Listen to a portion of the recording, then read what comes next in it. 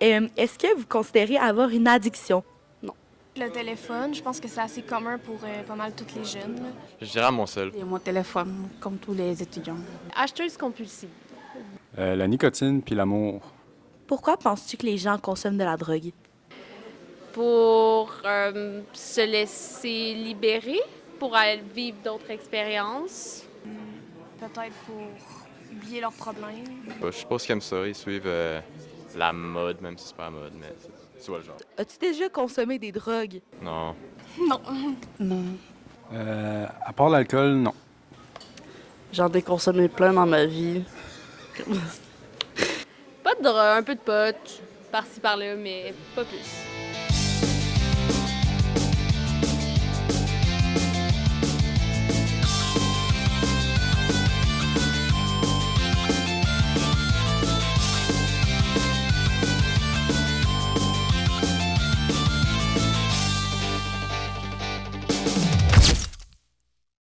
Bonjour tout le monde et bienvenue à Abou les tabous!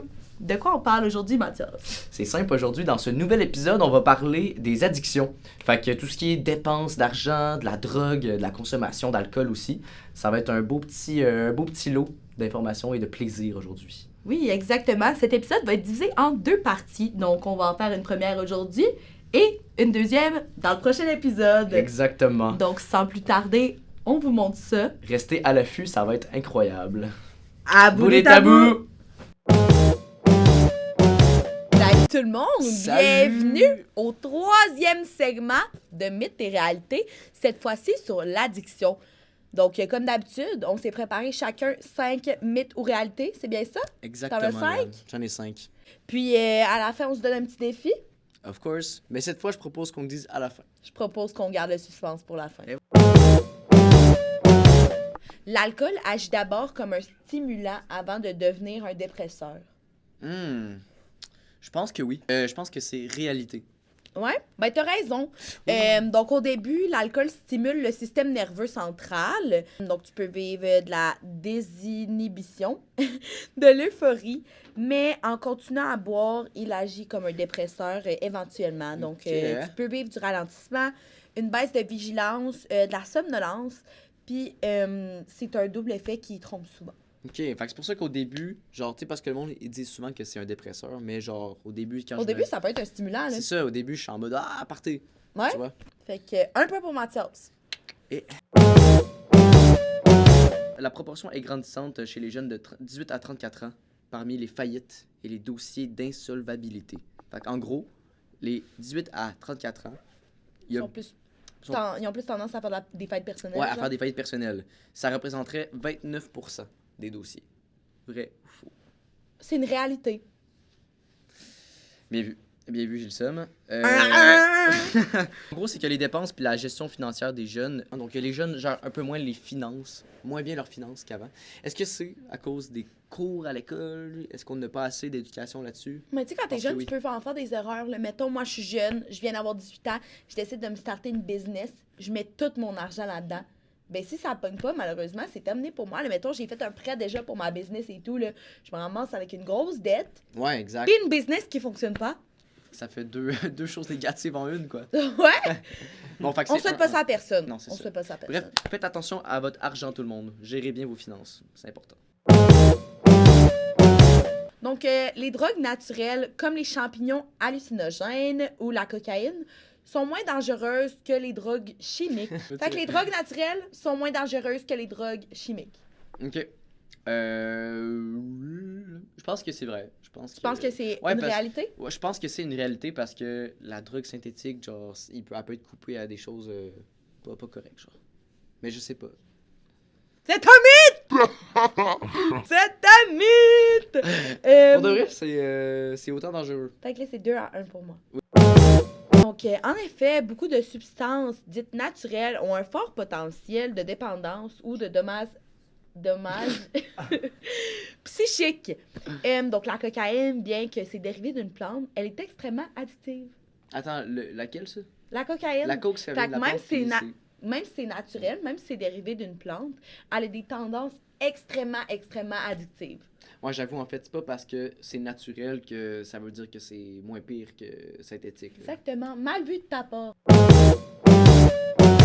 Près de 60% des jeunes Québécois se sont initiés à l'alcool avant l'âge de 17 ans et 40% aux drogues.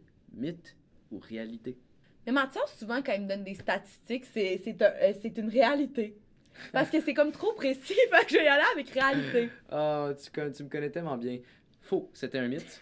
Mais en fait, c'est que j'ai changé un peu les statistiques. T'avais raison, mais je te donnais un vrai truc, mais j'ai faussé les stats. Fait que, en gros, c'est près de 80%, c'est encore pire, des jeunes Québécois qui se sont initiés à l'alcool avant l'âge de 17 C'est vrai, ans. ça fait du sens. Ça fait du sens, tiens, en vrai.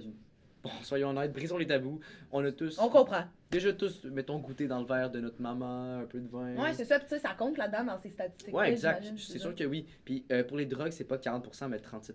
J'avoue, j'ai été chien. J'ai changé ça de 3%. Mais ouais, parce que ça indique qu'il y a quand même une large majorité d'adolescents qui ont déjà expérimenté l'alcool. Puis la drogue aussi, quand même. Tu sais, 37%, c'est pas. C'est quand même beaucoup. Là, Mais c'est ouais, un tiers. c'est une personne sur 3 quand même. Ouais, fait que tu sais, ça augmente les risques de consommation plus fréquentes, tout ça. Fait que ça reste que. C'est correct de tester des choses, mais c'est pas super pour la santé, hein, avec modération, évidemment. Quand on parle, par exemple, de la consommation au niveau des ados, il y a la transition à vie adulte. Souvent, pourquoi on va consommer, ben, ça va être au niveau des difficultés socio-affectives.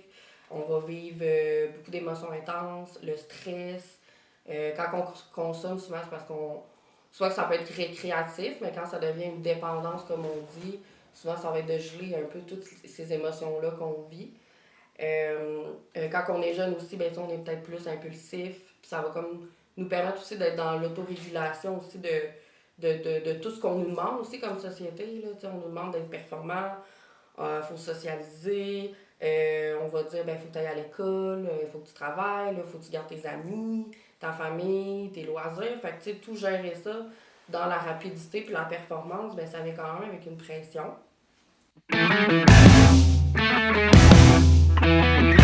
Dis-moi tout. Encore sur les drogues. Ouais, vas-y. Arrêter brutalement une drogue ou l'alcool est toujours la meilleure solution. Pourquoi j'ai dit ça? Attends, je veux changer. Non, c'est Je parfait. veux changer. C'est parfait, c'est un mythe, c'est ça un mythe. Non, je veux changer. Ton sevrage va bien se Je passer. veux si t'arrêtes changer, d'un je veux coup. changer. Je te pose une question. Ok, on change. Les adolescents sont plus vulnérables à la dépendance parce que leur cerveau n'est pas encore complètement développé. Je pense que c'est une réalité. Ouais. Mais t'as raison, Mathias. Donc, le cortex préfrontal... Ouais, Mathias, donc t'as raison. Donc,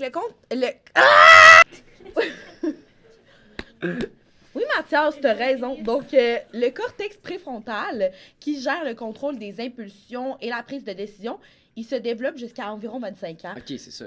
Donc, les jeunes, ils sont plus sensibles là, aux effets addictifs des substances et comportements. C'est bon. Ça fait du sens? Oui, c'est bon, je me souviens. J'ai bien appris à l'école. 3-2 pour Mathias? Ben ouais.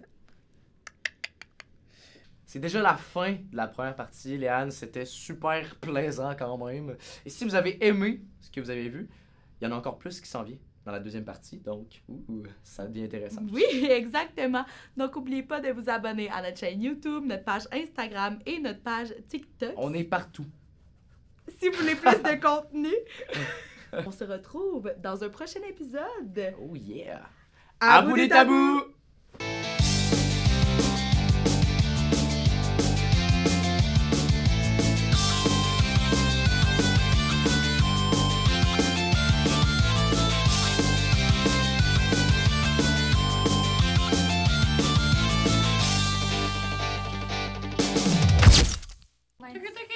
Voici la mienne.